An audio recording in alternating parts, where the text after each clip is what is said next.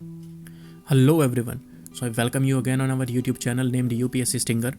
और आज का इस सेशन के अंदर हम देखेंगे कि किस तरह आप यूपीएससी को वेरी फर्स्ट अटैम्प्ट के अंदर क्रैक कर सकते हैं। लेकिन उससे पहले आपको आंसर राइटिंग करनी पड़ेगी। अब आंसर राइटिंग ऐसे वैसे शुरू करने की बजाय एक प्रॉपर गाइडेंस के थ्रू अगर आप शुरू करेंगे then it would be beneficial. और ये जो चैनल है यूट्यूब का या टेलीग्राम के ऊपर, ये टेलीग्राम लिंक है, तो अगर आपको फ्री गाइडेंस चाहिए यूपीएससी के किसी भी एग्जाम से रिलेटेड या स्टेट पीसीएस से related then you can join it. और ये सेशन आपके लिए बहुत इंपॉर्टेंट हो सकता है। आपको पता चलेगा आंसर राइटिंग की इंपॉर्टेंस क्या है और किस तरीके से आपको आंसर राइटिंग शुरू करनी चाहिए, कब करनी चाहिए, right. So this is part 1। Part 2 would be release soon. लेकिन उससे पहले हम देखेंगे कि आंसर राइटिंग इंपॉर्टेंट क्यों है। ज़्यादातर जो लोग हैं वो सिर्फ प्रीलिम्स के साइकिल के अंदर अटक के रह जाते हैं। जैसे उन्होंने प्रीलिम्स दिया, सपोज वो फेल हो गए, उसके बाद वो मेंस की प्रिपरेशन नहीं करेंगे, यहाँ पे भी मेंस की नहीं करेंगे, वो फिर प्रीलिम्स देंगे, वो फिर फेल हो जाएंगे। उसके बाद सपोज थर्ड अटैम्प्ट के अंदर उनका प्रीलिम्स पास हो जाता है। लेकिन अब क्या होगा, शुरू के 10-15 दिन तो उनका वो जो चाव होता है ना कि मैंने प्रीलिम्स पास कर लिया, वही ख़त्म नहीं होता। तो वो टाइम वेस्ट करते हैं। साथ में 3 महीने ही बचते हैं सिर्फ, ठीक है। उन्होंने प्रीलिम्स कर लिया पास और साथ में 3 महीने बचते हैं। 3 महीनों के अंदर वो कुछ प्रिपरेशन खास कर नहीं पाता तो मेंस फेल। उसके बाद वो दोबारा प्रीलिम्स देता है, उसकी भी कोई गारंटी नहीं होती, फिर प्रीलिम्स फेल। इस तरह अपने 4-5 साल जो है कैंडिडेट्स वेस्ट कर देते हैं इस साइकिल के अंदर स्टक करके। तो क्रक्स क्या है कि आंसर राइटिंग जो है वो इम्पॉर्टेंट है, राइट। क्यों ज़रूरी है? अगर आपको फर्स्ट अटैम्प्ट के अंदर ही क्रैक करना है तो आंसर राइटिंग तो भैया आपको करनी पड़ेगी, इसका कोई दूसरा चारा है नहीं। दूसरा, अगर हम लिख के किसी भी चीज़ को देखते हैं तो हमारी मेमोरी के अंदर लंबे टाइम के लिए वो चीज़ रिटेन हो पाती है, तो ये भी ज़्यादा बेनिफिट है इसका। तीसरा, अगर आप अच्छे से आंसर राइटिंग करेंगे, अच्छे से अपना एग्जाम लिखेंगे, तो आप अपने होली पीडीएफ जो यूपीएससी रिलीज़ करती है सेलेक्टेड कैंडिडेट्स की, उसके अंदर अपना नाम पा सकते हैं। लेकिन इसका दूसरे बेनिफिट्स एग्जाम्स के अंदर भी बेनिफिट है, जैसे कि सीएपीएफ के एग्जाम के अंदर, सीडीएस के अंदर। कैसे? That I will going to describe you.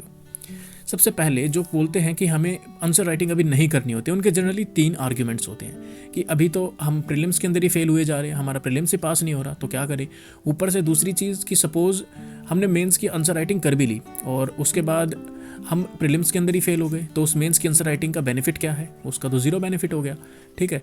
दूसरा, वो बोलते हैं हमारे पास कंटेंट नहीं है, हमने अभी अभी पढ़ना शुरू किया है, हमें 10-15 दिन हुए हैं और अभी हम कैसे आंसर राइटिंग करेंगे, ठीक है।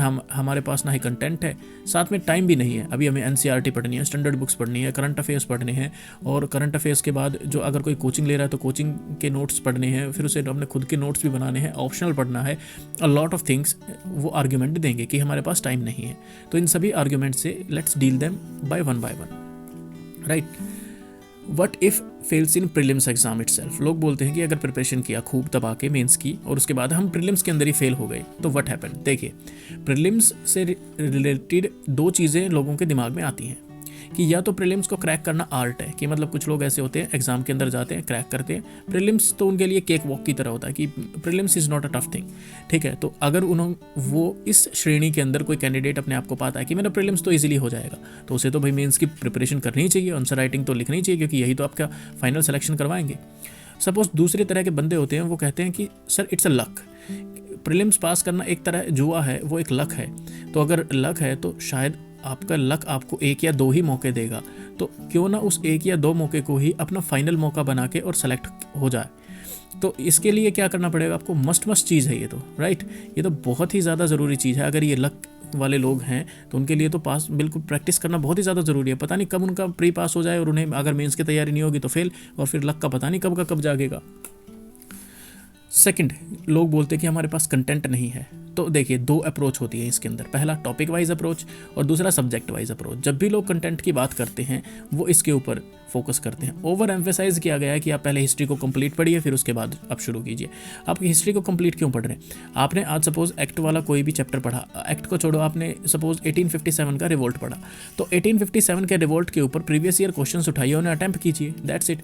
1857 का रिवोल्ट आप कितनी देर में कर देंगे? 2-3 आवर्स के अंदर। 2-3 आवर्स के बाद आप आंसर राइटिंग कर सकते हैं, दैट्स इट।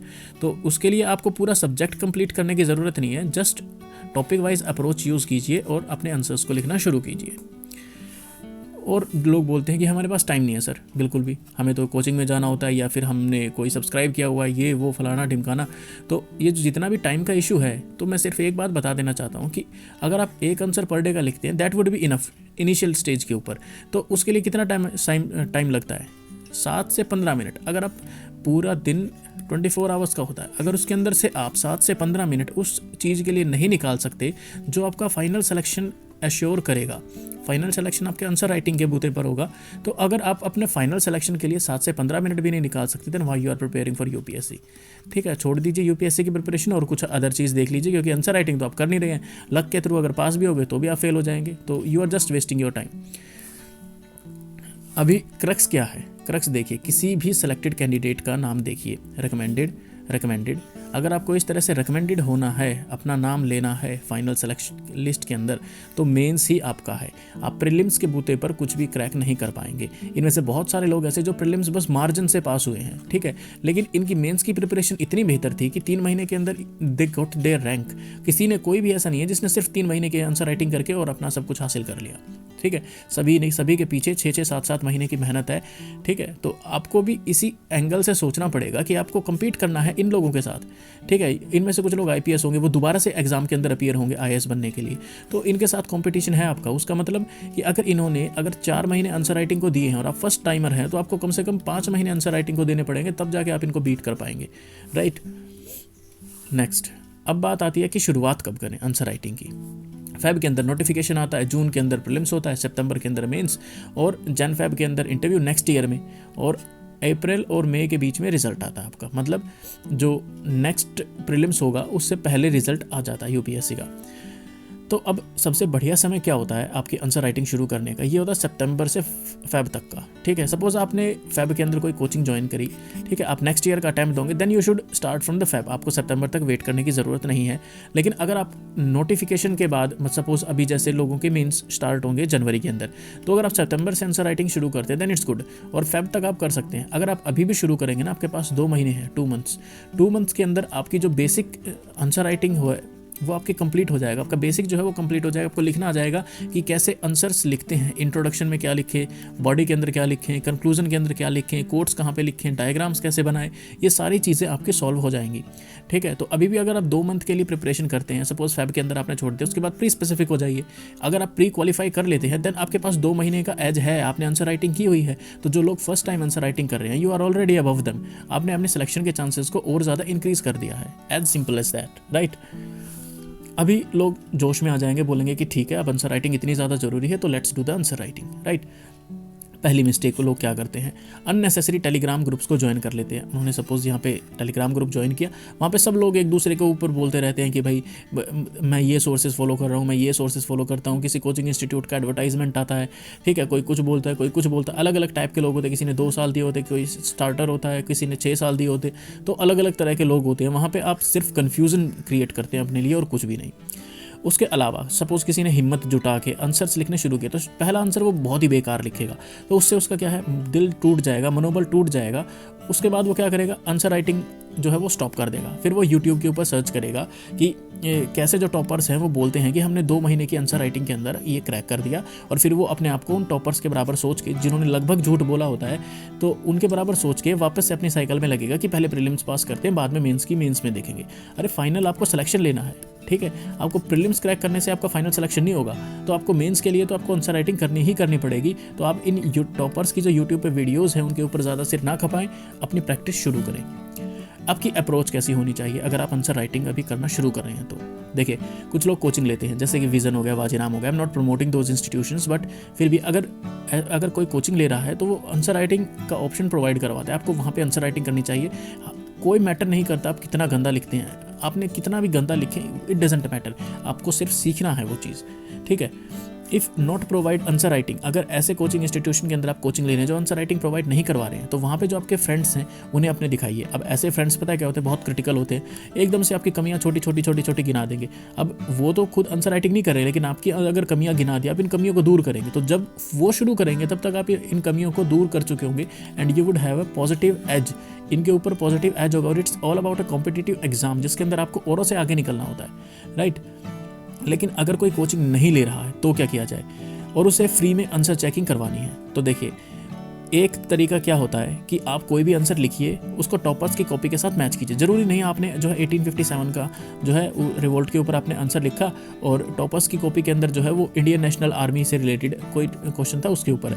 आप जस्ट फॉर्मेट देखिए कि वो किस तरीके से शुरुआत कर रहे हैं, किस तरह डायमेंशंस ओपन कर रहे हैं, अब उन्हें देखिए, धीरे धीरे आप इम्प्रूव होते चले जाएंगे। लेकिन अगर कोई इसमें भी डरता है तो उसके लिए एक चीज़ है कि 1-on-1 का ग्रुप बना ले, कि जो भी कैंडिडेट प्रिपेयर कर रहा है उससे सिर्फ एक बात बोली जाए कि भाई एक क्वेश्चन डेली मैं तुझे दूंगा या दूंगी और एक क्वेश्चन डेली आप मुझे दोगे, मतलब अपनी मर्जी से, और हम जो है एक दूसरे के आंसर्स को इवैल्यूएट करेंगे, चेक करेंगे। अगर आपने मेरा आंसर इवैल्यूएट नहीं किया तो मैं आपका आंसर इवैल्यूएट नहीं करूंगा या करूंगी। So this is as simple as that. Be bold होना सीखिए। आप दूसरे के आंसर्स चेक करते रहेंगे और आपका कोई भी इवैल्यूएट नहीं करेगा, then it would be the waste of time.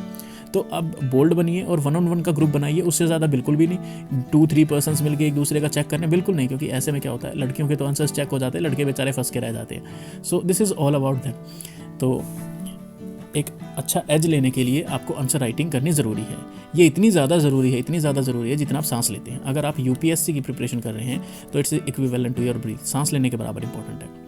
दूसरे एग्जाम्स के अंदर भी ये बहुत ज़्यादा बेनिफिट देता है, जैसे कि स्टेट पीसीएस एग्जाम्स जो होते हैं उनके अंदर सीएपीएफ असिस्टेंट कमांडेंट, आपको पता है वहाँ पे राइटिंग का काम होता है, एसेज आते हैं। If you are writing the better essay, वहीं पे आपका इंपैक्ट बन जाता है, वहीं पे आप सीधा सेलेक्ट हो जाते हैं। सीडीएस के अंदर बोलेंगे कि सर सीडीएस के अंदर तो राइटिंग का काम होता ही नहीं।